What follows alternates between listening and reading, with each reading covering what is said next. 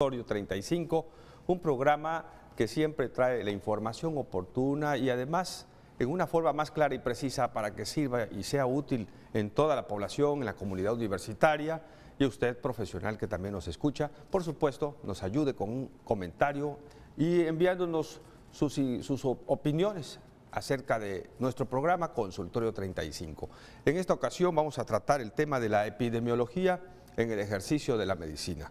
Y estará también con nosotros, por supuesto, en 3 minutos por la salud, nuestra compañera Olivia Magaña. Me acompañan siempre para la entrevista el doctor Eduardo del Carmen López López, la doctora Leticia Guerrero Pérez, el doctor Ramiro Guerrero Pérez y nuestro invitado especial en esta ocasión, que ha aceptado y al cual le agradecemos mucho su presencia, el doctor Miguel Ángel Medina García. Quédese con nosotros, seguramente va a salir muy importante y muy interesante nuestro programa, en compañía de usted, por supuesto.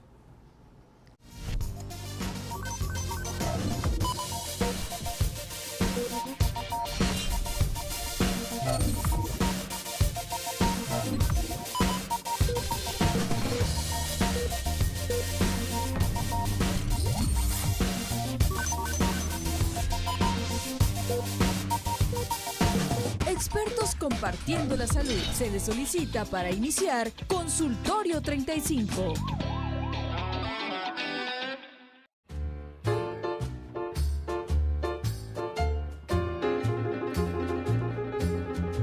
La epidemiología.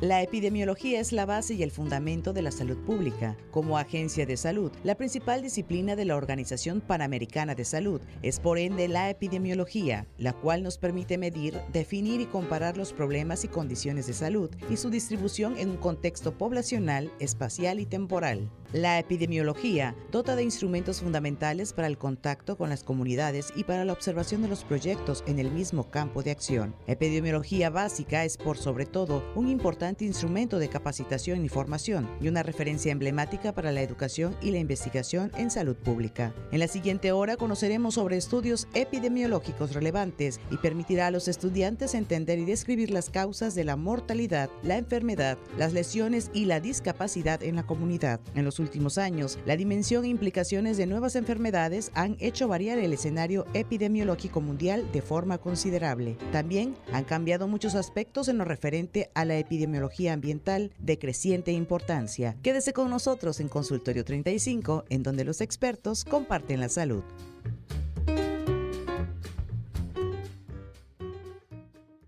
Qué bueno que decidieron sintonizarnos. Le doy la más cordial de los saludos esta tarde, en la que, como siempre, Consultorio 35 ha dispuesto a ayudarle a cuidar su salud. Este canal, Consultorio 35.1, está a su disposición, recuerden, para este programa hoy y el próximo domingo a las 3 de la tarde, a las 2 de la tarde podrán sintonizarlo nuevamente, o el lunes a las 9 de la noche. También recuerden que se puede ver se puede escuchar por la radio en 107.3 y de FM. Hace tanto que no lo promovemos, al menos en lo personal, que se me escapó el nombre. Pero bien, hablar de epidemiología, como ya oyeron en la cápsula de ingreso, es algo que nos inquieta aún a los médicos que supuestamente estamos preparados en ellos. Pero para no cometer errores, me he permitido invitar a un amigo mío, que más que amigo es casi mi hijo, fue compañero de uno de mis sobrinos, y se ha caracterizado desde entonces por ser una persona muy positiva. Me refiero al doctor Miguel Ángel Medina García, quien al platicar con él por un encuentro casual, surgió la idea de que nos acompañara en este programa. Al decírselo, él inmediatamente se entusiasmó y bueno, voy a preguntarle de viva voz que nos diga cuál es su trayectoria académica después de haber egresado de la generación 93, 97, 92. 1992, 1997. Sí. Así es. Bueno, pues primero que nada, muchas gracias, doctor, la invitación. Me siento halagado, es un reconocimiento, digo, por tantos años de conocernos. La verdad es que hace mucho que no he estado vinculado de manera directa con el ámbito académico de la UJAT, de donde es es mi alma mater. Y bueno, qué buena oportunidad habernos encontrado para poder platicar de algo que para mí, a mí me apasiona enormemente. Y bueno, después de haber egresado de la carrera de medicina como médico cirujano en el año 97, me permití hacer el servicio social en áreas rurales de Chiapas. Entonces eso ayuda a tener una sensibilidad para poder reconocer una serie de problemáticas que normalmente no vemos en el ámbito urbano y sobre todo en el área donde estamos. Hago la especialidad de epidemiología vía del examen del ENAR. ¿Por qué epidemiología? Porque hay que reconocer que uno tiene vocación para hacer ciertas cosas, independientemente de lo que uno piense que le gusta. Yo reconocí la vocación para poder hacer la especialidad de epidemiología porque ya estando trabajando como médico en el IMSS, después de algunos años, me permití darme cuenta que había cuestiones relacionadas con los problemas de salud que necesitaban ser, o incluso que yo primero necesitaba yo resolver, y luego resolverme a mí como dentro del ámbito del conocimiento personal, y luego pues hacer algo para poder trascender de ese conocimiento adquirido para poder facilitar algunos procesos dentro de la atención en el área donde uno se desempeña, ¿no? ¿Dónde realiza su especialidad médica? La realicé en el Instituto Mexicano del Seguro Social en el periodo 2010-2013, en la coordinación de vigilancia epidemiológica a nivel central, digo, en las instalaciones de México. Desde mi punto de vista, la mejor escuela de epidemiología que podemos tener en el país, y de lo cual también me siento muy honrado, ¿no?, de haber pertenecido a esa generación. ¿Alguna inspiración por algún profesor, alguna situación que te llevó a seguir esos pasos? Que generalmente eso ha pasado con nosotros, conmigo en especial, pero bueno, no sé en tu caso. Bien, básicamente desde que estaba yo estudiando la carrera, noté, y eso lo logré asimilar mucho más tiempo después, cierta afinidad por el estudio de la ecología humana.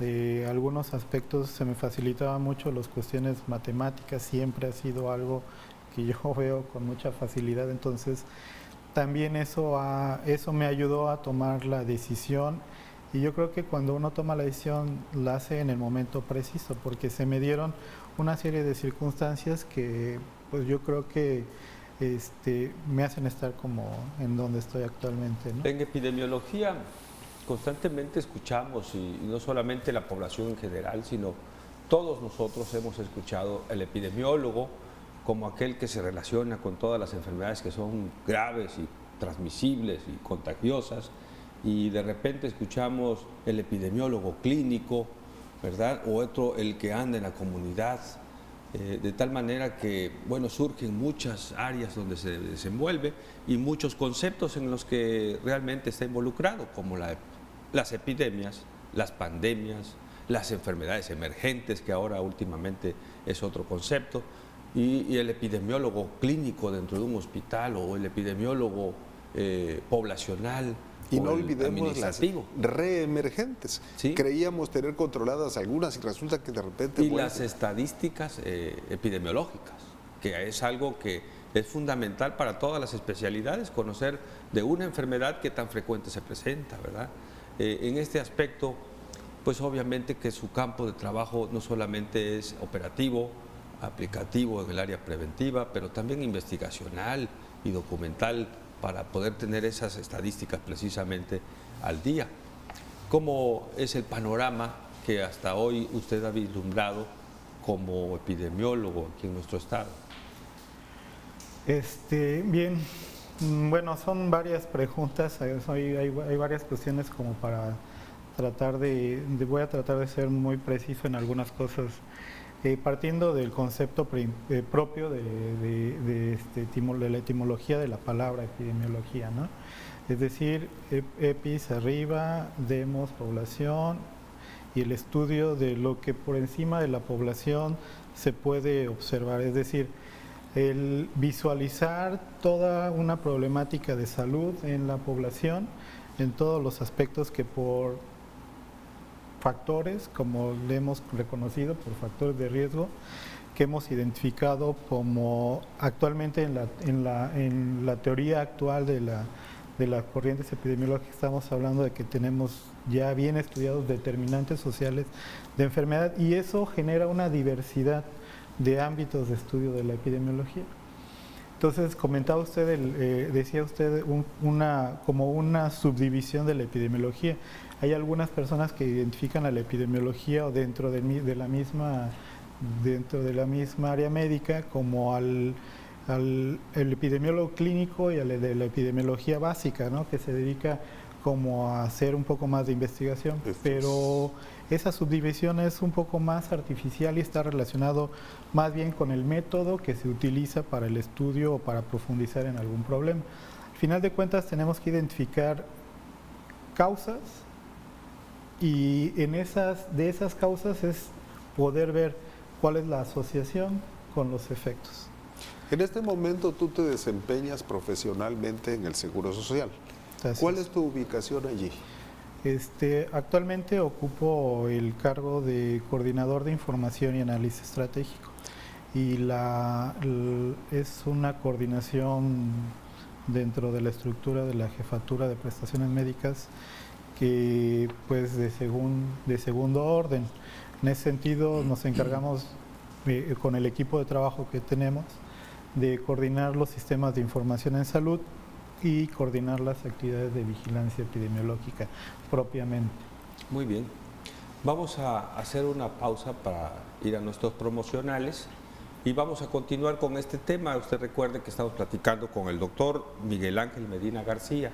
Él es epidemiólogo y le va a interesar mucho el desarrollo de nuestro programa porque seguramente va a conocer de todo lo que estamos expuestos día con día, sobre todo en este clima húmedo tropical de nuestro estado de Tabasco, donde surgen muchas epidemias constantemente.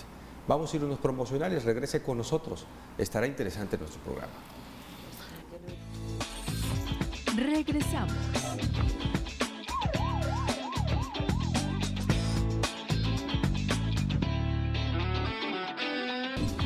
Continuamos.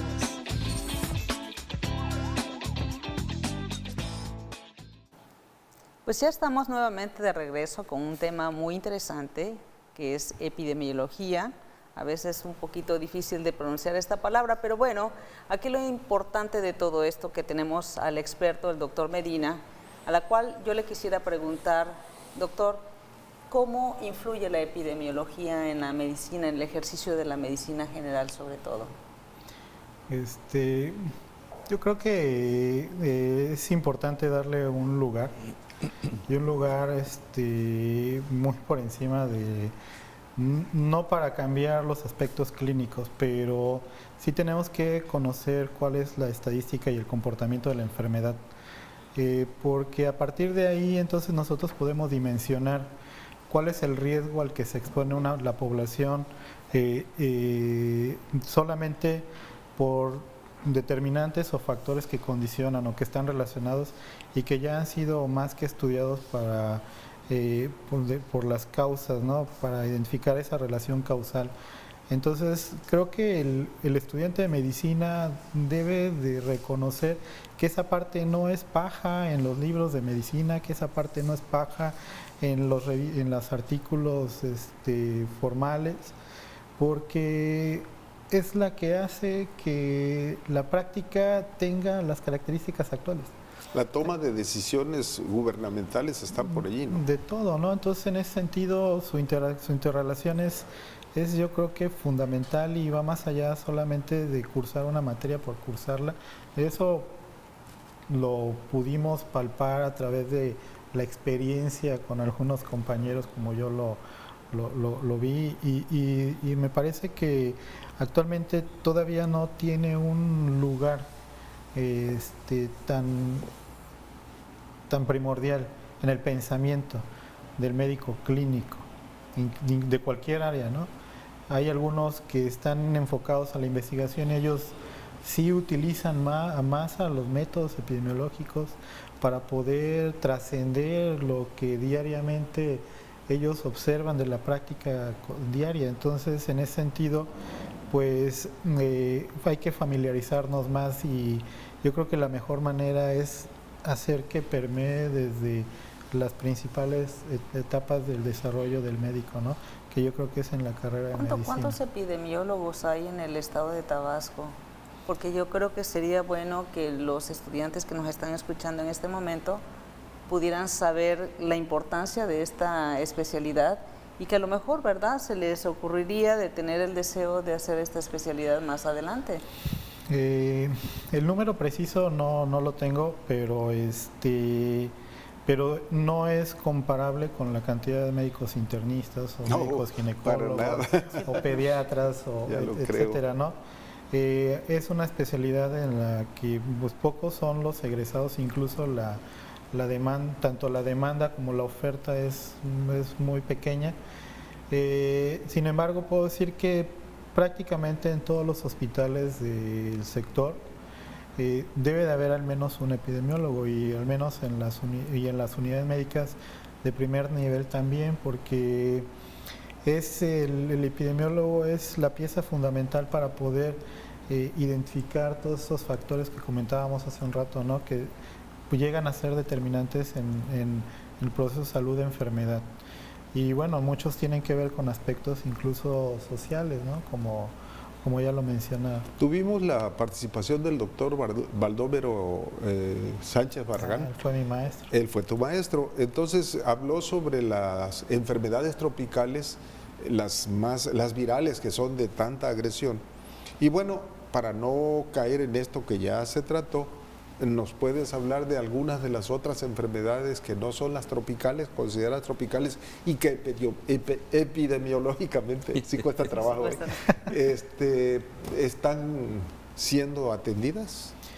Claro, la principal causa de muerte en el mundo son las enfermedades cardiovasculares. Y una relación muy importante que está creciendo es con la diabetes y sus complicaciones. Entonces dice uno, bueno, ¿y qué tiene que ver un epidemiólogo en el estudio de la diabetes y la hipertensión o todas las enfermedades cardiovasculares? Pues es claro, ¿no? Tenemos que identificar todos esos factores o todos esos determinantes y entender qué es lo que está sucediendo con esos padecimientos. Entonces buscamos, yo creo que la mejor manera de explicárnoslo, y encontramos que hay una dependencia prácticamente de la diabetes. Ya lo podemos explicar muy claramente con la obesidad y con el sobrepeso, pero ¿qué nos lleva a que eso suceda? Y ahí es donde entran los determinantes sociales de la enfermedad, o bueno, determinantes sociales de la salud, que es como se define, como la OMS los define, ¿no? Entonces, en ese sentido, esos determinantes tienen que ver con los estilos de vida.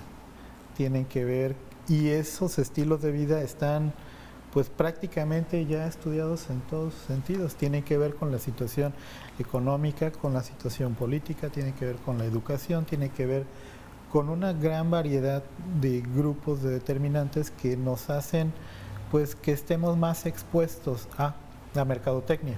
Eso es. Eso dice, bueno, ¿cómo podríamos limitar a la epidemia de la diabetes? Digo, podría yo atentar contra la iniciativa privada el decir que desde mi punto de vista tendríamos que cortar de raíz, y así dejamos de estar expuestos, porque esa es una de las maneras. Claro. Sin embargo, socialmente puede no ser tan aceptado, o políticamente puede no ser algo tan acertado, pero esos dos padecimientos nos están causando estragos en la población. Un caso epidemiológico que relevante hayas tenido en tu práctica institucional. Las infecciones nosocomiales. Eso es Eso es, digo, es apasionante como epidemiólogo. Que perdón, cuando hablamos de enfermedades nosocomiales nos estamos refiriendo a todas las enfermedades o infecciones que ocurren dentro de un hospital. Así es. Que pareciera que no existen y es un riesgo. Adelante, Miguel. Sí, lo que pasa, aquí en esta situación las infecciones nosocomiales tienen un papel muy importante en el uso de los recursos que tenemos para la atención del paciente, sobre todo porque generan sobreestancia y son eventos que se presentan de manera, pues son esperados, sin embargo, eso no significa que deban de ocurrir dentro de todos los hospitales y se tiene que trabajar mucho en ese sentido.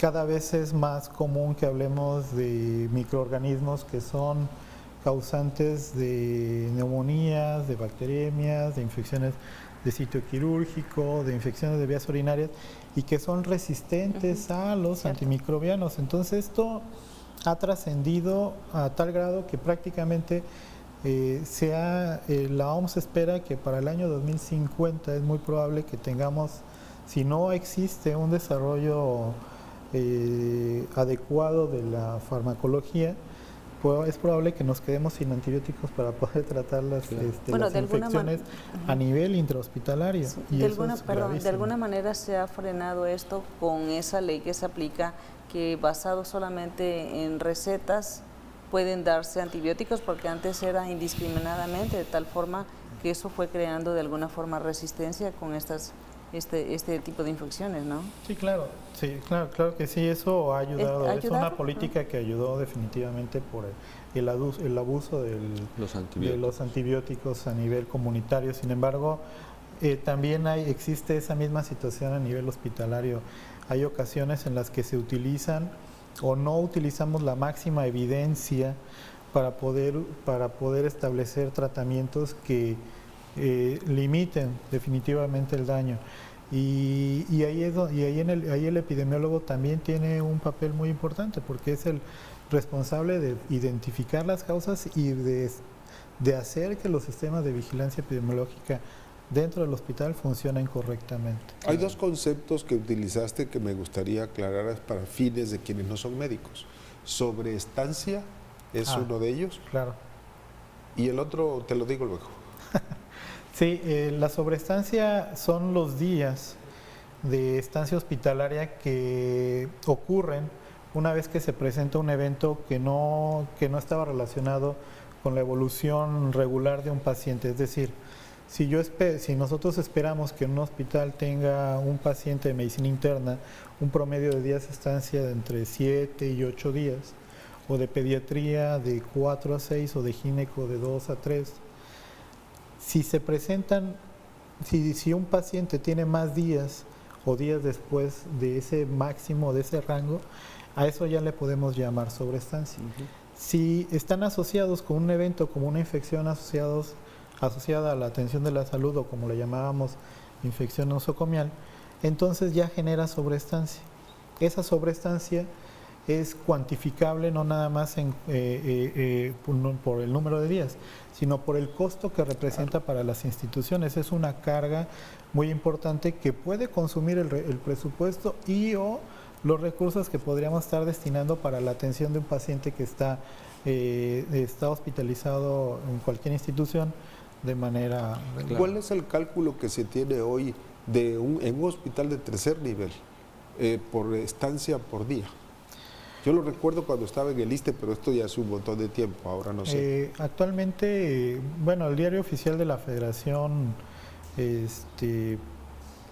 contempla, ¿no?, para algunas instituciones que el costo de la estancia hospitalaria puede oscilar alrededor de entre los 35 y 37 mil pesos, ¿no? Por día. Hay instituciones, por ejemplo, que tienen una estimación basado pues en cuestiones propias de la organización, que dice, el costo de la infección es de 36 mil pesos por día. en unidades de cuidados intensivos, que es lo más grave. Claro. Ahora, a nivel hospitalario, dentro de un área que no tiene ese tipo de cuidados, es alrededor de entre 6,000 y 7,000 pesos. A nivel privado, bueno, pues es cuantificable de manera diferente dependiendo del hospital, ¿no? Y eso, bueno, es otra, digamos que es harina de otro costal. Claro. Bueno, ven que la función del epidemiólogo dentro de un hospital es muy variada, ¿no? No solamente en el control y en la atención de los enfermos, sino también contribuye en la estadística ocupacional del hospital y también en la prevención de esas enfermedades que surgen en forma nosocomial. Vamos a continuar con este tema después de unos promocionales, estimados amigos, no se vayan. Continúe con nosotros, este programa va a ser muy interesante y vamos a recordarle a usted que también nos está escuchando en el 107.3 de FM, Voz Universitaria. Nos vemos ahorita en breves instantes, no se vayan. Regresamos.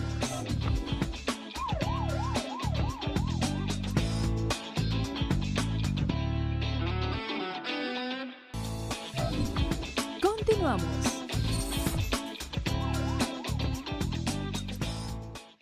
Amigos, un placer estar de nuevo con ustedes aquí en su consultorio 35. Estamos hablando de algo extraordinariamente, pues quizás para muchos conocidos, pero quizás para otros que están recepcionándonos apenas en su televisor o que nos vienen escuchando en su radio, en su carro. Le estamos informando acerca de lo que es la epidemiología. La epidemiología, yo quiero más o menos parafrasearlo de la siguiente manera. Estamos en una batalla. Tenemos una gran serie de enemigos que nos atacan por todos lados y para poder tener un frente de batalla, un frente común acerca de lo que es ese ataque, estoy hablando de bacterias, de virus, de hongos, de todas las circunstancias que pueden agredir a nuestro organismo, en eso se basa prácticamente la epidemiología. Tener el conocimiento del enemigo, cómo trabaja, cómo actúa, en dónde está atacando, cuáles son las zonas donde podemos tener no fragilidad. nada más en enfermedades transmisibles. No nada más en eso, en todo, yo creo. Estamos en enfermedades no transmisibles también, como las crónicas degenerativas. Y hablemos de radiación solar, también. Hablemos de polución, de contaminación. También. O sea, yo creo que es un territorio bastante vasto que, bueno, el general conocedor de todo esto, pues nos va a dar esa batalla. Doctor, a esto, ¿qué dice la epidemiología? ¿Qué debe de conocer el médico para poder entablar esa batalla? Primero que nada, me parece fundamental es analizar la situación por la cual está atravesando por un problema específico, incluso de cualquier práctica, de cualquier especialista, etcétera. Si él identifica una situación que está trascendiendo en la práctica clínica diaria de un médico que está en el área privada o en el área institucional, tiene que identificar los problemas que tiene para el ejercicio de su profesión y problemas relacionados con padecimientos infecciosos y no infecciosos. Es decir, primero establecemos la frecuencia y vemos qué tan grave es y vemos cuáles son los factores que incrementan la gravedad e incrementan esa frecuencia. Entonces ya vamos generando una especie de análisis muy básico. Digo, todavía sin entrar en el estudio propiamente o hacer una investigación, pero eso ya motiva o debe de generar cierta intuición en el clínico para poder desarrollar una teoría que explique el por qué suceden estas cosas. Las causas, ¿no? Entonces ya estamos en el estudio de la relación causa-efecto. Entonces digo, a lo que veíamos en el bloque anterior, en la que estábamos hablando de infecciones nosocomiales, lo podemos utilizar a la epidemiología, al estudio, más bien al método epidemiológico, para desarrollar teorías que nos ayuden a explicar mejor cómo se da esta relación causal.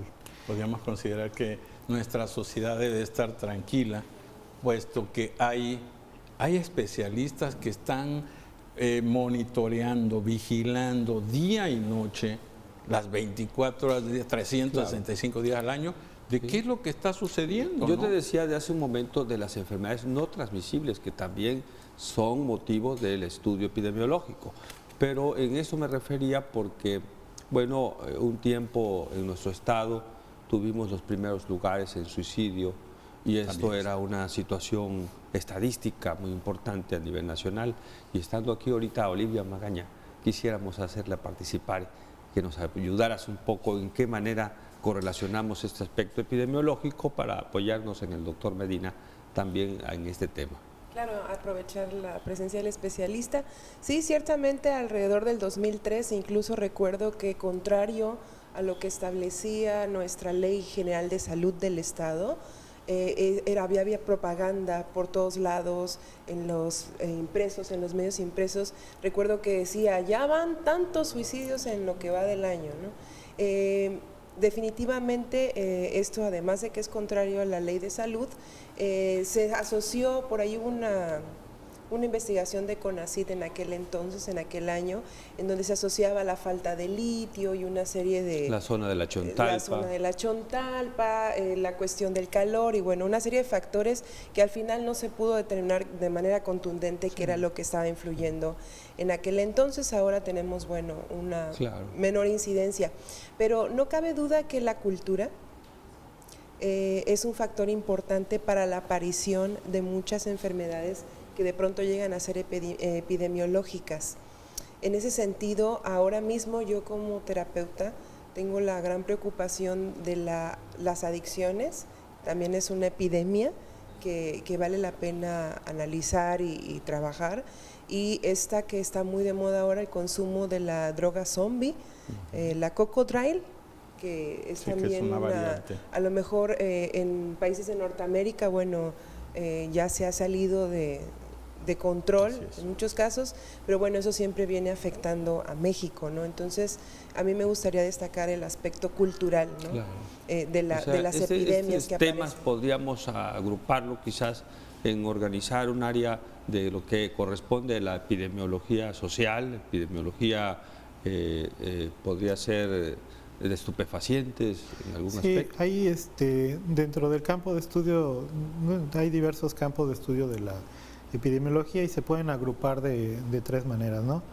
Los que están relacionados con problemas específicos de salud, es decir, la morbilidad.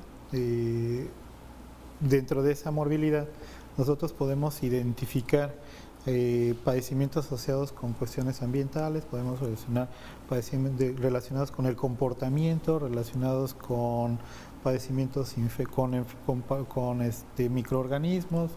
Entonces, digamos que ahí vamos buscando. E incluso por ahí también hay un desarrollo de la epidemiología en aspectos genéticos. Entonces, la epidemiología de las adicciones es algo que está muy de la mano con estas cuestiones relacionadas con el comportamiento, y son los estudios que se han publicado, están más relacionados precisamente con los determinantes sociales de la enfermedad. Algo que se comentaba hace un momento, situaciones como el estrés laboral, situaciones como el calor, situaciones como la falta o la identificación de algunos compuestos en el ambiente hacen que surjan hipótesis, pero esas hipótesis se tienen que ir clarificando y tenemos que buscar la mejor manera de llegar a una relación causal. Por eso la importancia de establecer una adecuada relación causal para explicarnos mejor. Me parece que todavía hay algo más en lo cual se puede trabajar con respecto a las adicciones, con respecto al tema del suicidio. Es una cuestión que todavía se puede explorar de una mejor manera. Socialmente hay otros problemas que han hecho que esta situación no se olvide, pero queda relegada quizá no al primer plano como sucedió hace algunos años, ¿no? Sí. Claro. Doctor precisamente Medina, por eso este tipo de... Doctor Medina, una pregunta. Surgiría entonces que la epidemiología va de la mano con otra área de la medicina que se llamaría salud social, va perfectamente salud engarzada, pública, encadenada, eslabonada, porque pues bueno, el diagnóstico, pero también cuáles son las metodologías también para llevar a cabo pues el que no avance, el no frenarlo, la identificación, no sé. Sí, otro de los aspectos en los que participa la epidemiología y combina con otros terrenos es con la salud pública, principalmente en la medicina social, en ese sentido. Entonces, por ese lado, es muy importante que para poder establecer políticas relacionadas con la prevención, relacionadas con esos aspectos en los que se desea incidir culturalmente en la población, en las que queremos que la población adquiera cultura médica, es precisamente a través de conocer cómo se encuentra la prevalencia de cualquier padecimiento. Y al decir prevalencia es cuántos casos tenemos hoy de cualquier cosa, de diabéticos, de pacientes con diabetes, con hipertensión, con cáncer. Se tiene que medir todo, ¿no? Todo tiene que estar bien medido y la forma de explicarlo mejor, vuelvo otra vez al concepto básico, es la búsqueda de esa relación causal. Causa y efecto. Así es. ¿Verdad? Muy bien, vamos a pasar, estimados amigos, a 3 minutos por la salud con nuestra compañera Olivia Magaña.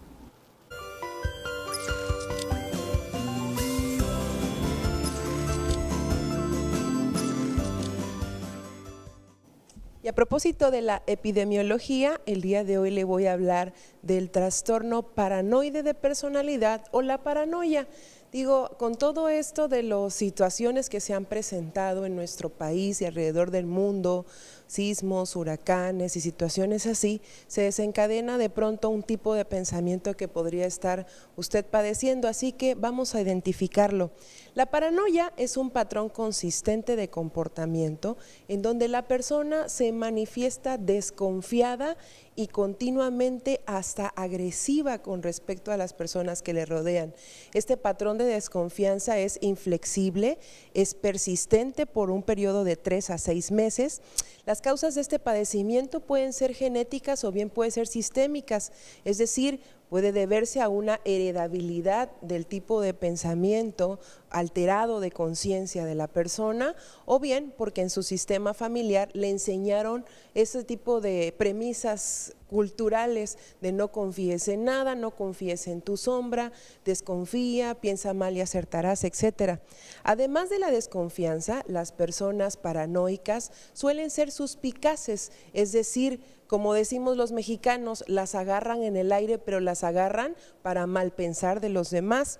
Las personas paranoicas son sumamente desconfiadas, tienden a tener una sospecha con respecto a los demás sin base suficiente. Continuamente tienen problemas con sus compañeros de trabajo o con su pareja, pues consideran que éste le es infiel o que las personas quieren abusar de ella o él. Generalmente caen en el hecho de generar complicaciones o armar problemas para evaluar si verdaderamente las personas son fieles o si las personas son leales, es decir, como que dicen mentiras para sacar verdades. ¿Les suena familiar esto? Vislumbran significados en situaciones que no lo tienen. Es decir, son místicos, son ocultistas, tienden a pensar que hay algo más que pensar con respecto a lo que está pasando o a lo que le están diciendo. Y son personas que tienden a albergar rencores por mucho tiempo, recuerdan datos o aspectos muy específicos de lo que aconteció y caen en un fenómeno que llamamos forclusión, es decir, al no haber dicho o no haber hecho lo que creían que tenían que decir, empiezan a generar problemas continuamente. Estos fueron 3 minutos por tu salud, vamos a un corte y ahorita regresamos a Consultorio 35. Regresamos.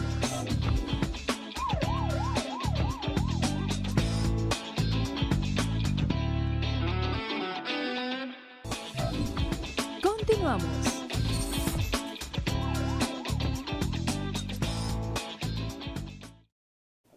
Definitivamente el estar atento, el estar pendiente, como lo mencionamos en nuestro anterior momento, fíjense que el tener el ojo puesto en el gato y el otro en el garabato, dice por ahí un dicho popular. Yo quiero decirles a ustedes que verdaderamente tenemos gente que lo está haciendo, tenemos personas que lo están haciendo. Y a esto pues se llama vigilancia epidemiológica. ¿De esto qué nos puede hablar, doctor Medina? La vigilancia epidemiológica, incluso para este fin existe, tenemos una normatividad bastante vasta a nivel nacional.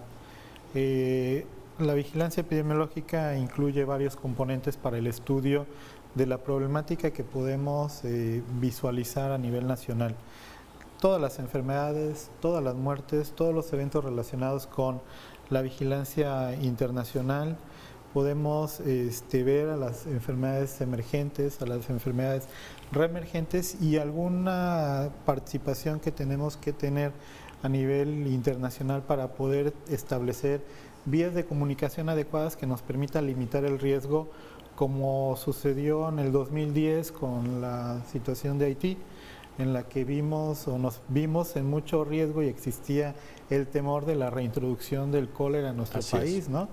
Entonces, eso es básicamente por los aspectos del ejercicio correcto de los componentes que se tienen que atender a través de la vigilancia epidemiológica.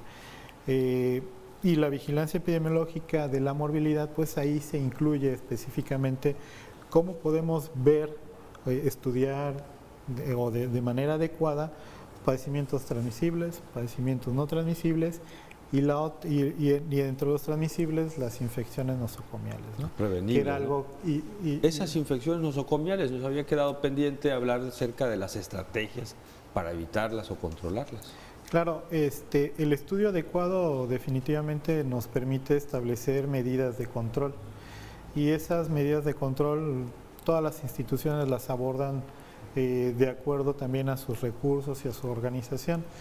La experiencia personal es que hay estrategias bien definidas, sobre todo cuando buscamos limitar el daño para las áreas o para los pacientes en las áreas en las que se tiene mayor riesgo, es decir, las unidades de cuidados intensivos, tanto para adultos como neonatales, el área de cuneros, los quirófanos, la central de esterilización y equipos, el área donde se proporciona tratamiento para inhaloterapia. Sobre todo las de infecto contagioso, ¿no? Que es ahí efectivamente, que es donde nosotros vamos a encontrar, o es que existe más riesgo de encontrar microorganismos que sean más agresivos para los pacientes, pero también tenemos a los pacientes con mayor susceptibilidad para tener una complicación grave por padecimientos de este tipo. Entonces, el dividir áreas de riesgo para establecer medidas de control y contención de daños, pues nos va a ayudar a tener un plan que, ejecutado correctamente, debe de ayudar. Seguridad sobre todo. Debe de ayudar a garantizar, precisamente es la palabra, la seguridad del paciente en cualquier instalación, sea un hospital público o un hospital privado, ¿no?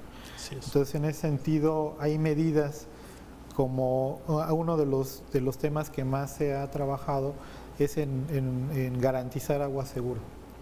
Y agua segura representa que el agua esté con las características físico-químicas ideales para poder ser distribuida dentro de la red hospitalaria, ¿sí? Que esté libre de patógenos. Otro tema es la limpieza y desinfección de áreas. Ese es primordial, porque en base a eso y al uso adecuado de la metodología para evitar que haya desarrollo de microorganismos es cuando nosotros vamos a poder disminuir efectivamente el riesgo para cualquier paciente hospitalizado, para los trabajadores, pero también para el visitante.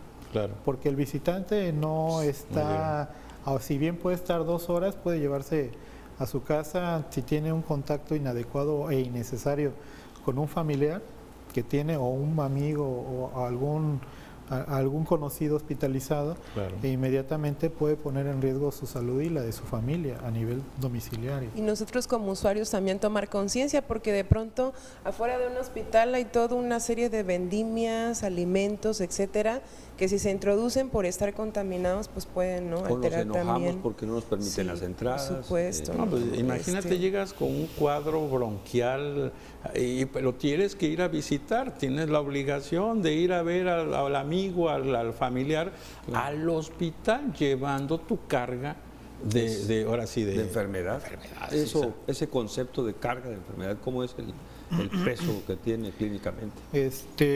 Bien, podemos abordarlo de dos formas, ¿no? Por ejemplo, hablando en el contexto de las enfermedades intrahospitalarias, bueno, ahí una de las medidas de control tiene que ver con las políticas que establezca cada hospital para permitir o restringir el acceso, y tiene todas las facultades que la ley le permite, ¿no?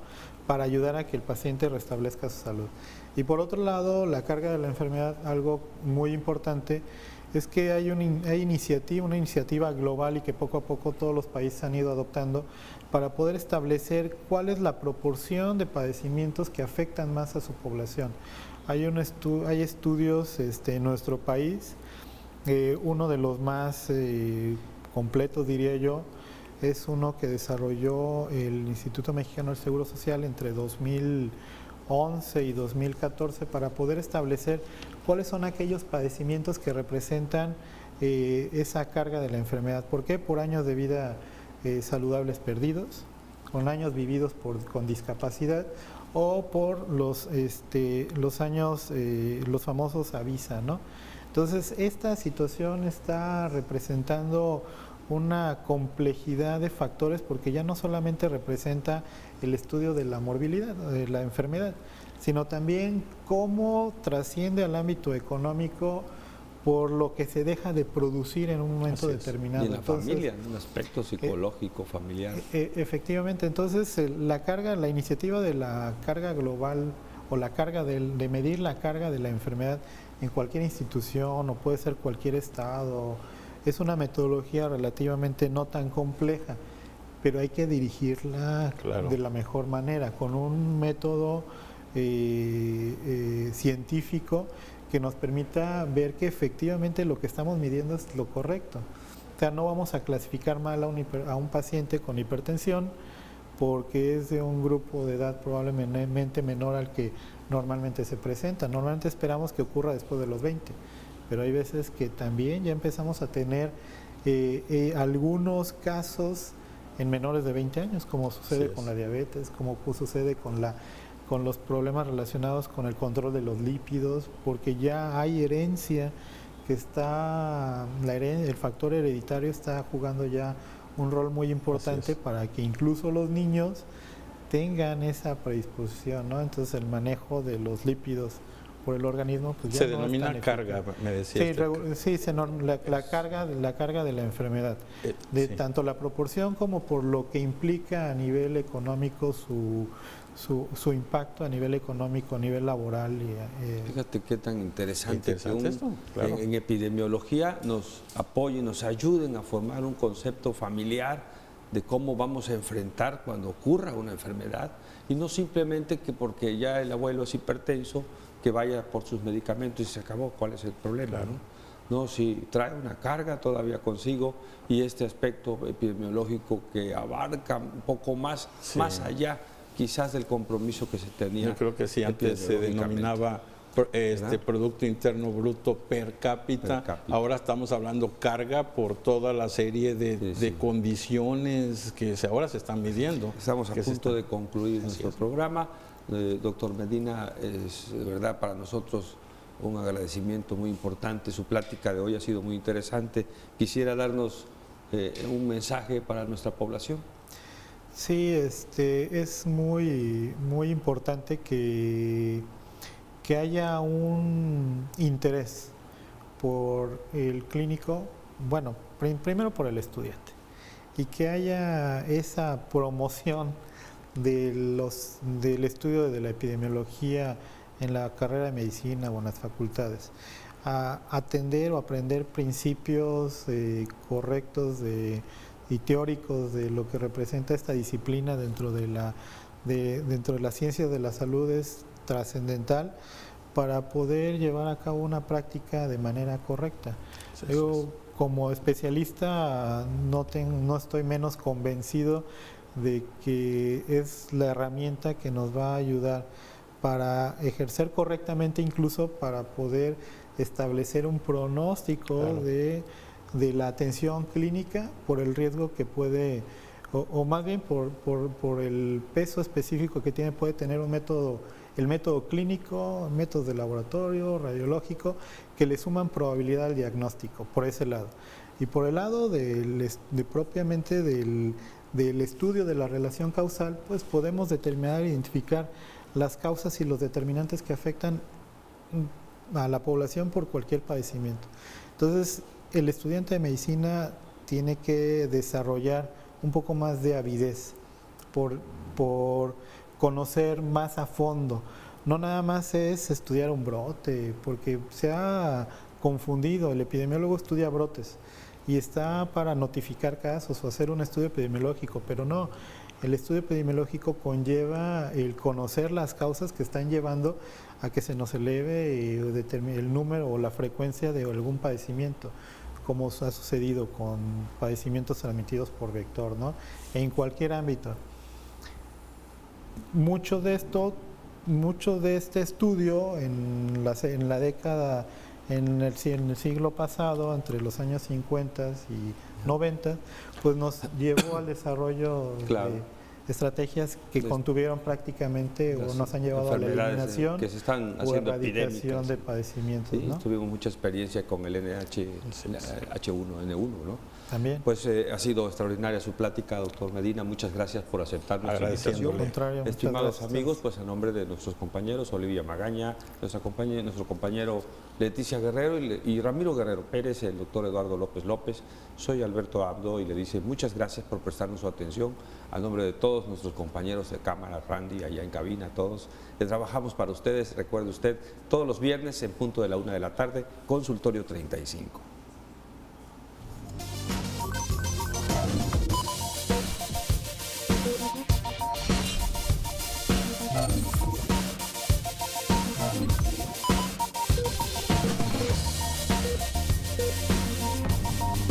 Te invitamos a que nos consultes en una próxima emisión. Consultorio 35.